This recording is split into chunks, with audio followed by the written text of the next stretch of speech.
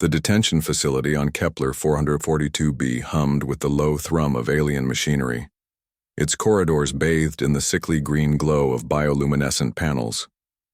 In cell block 7, Naz pressed her scaled hands against the energy barrier, her large, violet eyes scanning the hallway for any sign of her captor's return.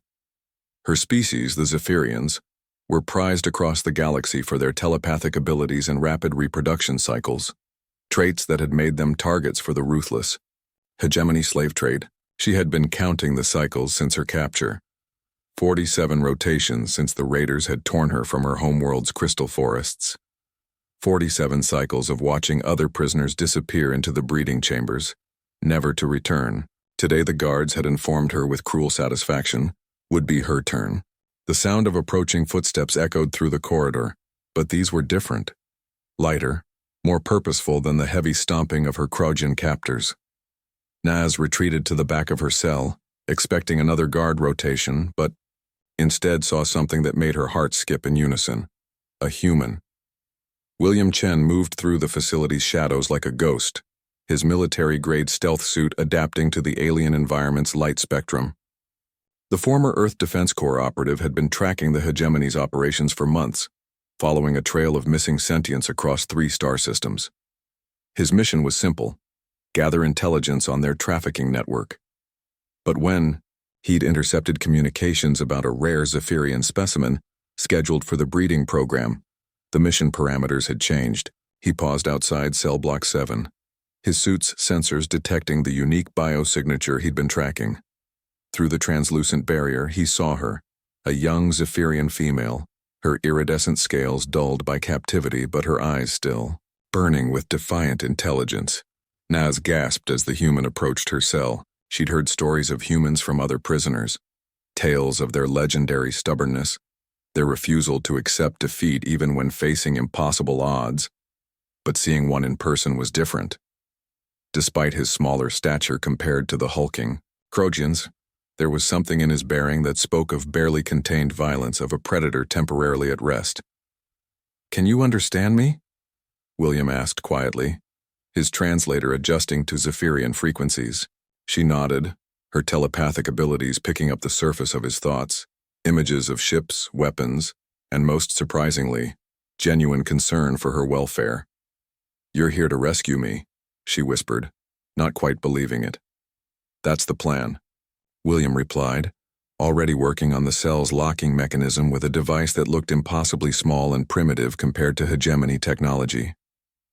"How many guards between here and the main corridor?" 12 in this sector, but there are. Naz's warning was cut short by the sound of alarms beginning to wail throughout the facility. William cursed under his breath. His infiltration had been discovered. "Change of plans," he said as the energy barrier flickered and died. "We're leaving now, and we're leaving loud." What followed was a masterclass in human adaptability and ruthlessness.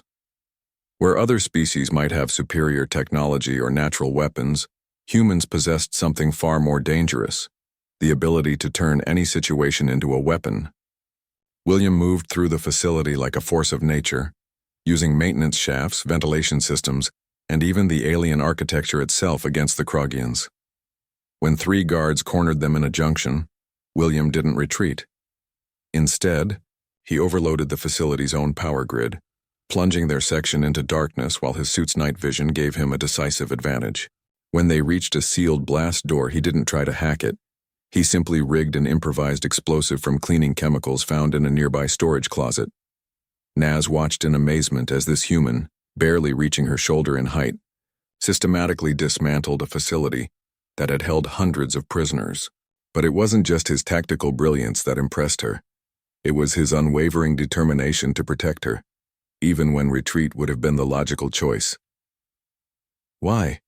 she asked as they made their way toward the hangar bay, her telepathic abilities catching glimpses of his memories, images of other species he'd helped, other missions where he'd chosen to risk everything for strangers. "Why risk your life for someone you've never met?" William paused for a moment, checking the corridor ahead before answering. "Because that's what humans do," he said simply. "We see someone in trouble, and we help. It's not about logic or profit. It's about doing what's right. They reached his ship just as hegemony reinforcements began pouring into the facility. The small, seemingly unremarkable human vessel looked like scrap compared to the sleek alien fighters surrounding it, but appearances were deceiving.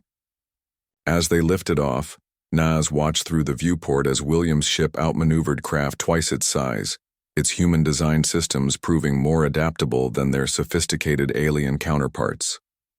Once they reached safe hyperspace, Nas turned to her rescuer. "The hegemony will never stop hunting me," she said quietly. "My people's abilities make us too valuable as breeding stock." William's expression hardened. "Then we'll make sure they can't find you. There's a human colony on Tau Ceti that specializes in giving people new lives. But first," he added, bringing up a holographic display showing the facility they'd just escaped, "we're going to make sure they can't do this to anyone else." Nas felt something she hadn't experienced since her capture: hope. She'd heard the stories about humans, about their stubborn refusal to let injustice stand unopposed. Now she understood why the galaxy's tyrants feared them. It wasn't their technology or their military might. It was their absolute conviction that everyone, regardless of species or origin, deserved freedom. As their ship jumped to hyperspace, carrying them toward safety and a new mission to free the remaining prisoners, Nas realized something profound. She'd been saved not by superior firepower or advanced technology, but by the most dangerous force in the galaxy, a human who'd decided that what was happening was wrong, and who was willing to do something about it. In a universe filled with species that accepted the natural order of predator and prey, humans remained the ultimate anomaly, the ones who looked at impossible odds and asked not, "Can we win?" but, "How do we make sure the innocent survive?" And that, Nas understood, was what made them truly terrifying to those who thrived on others' suffering.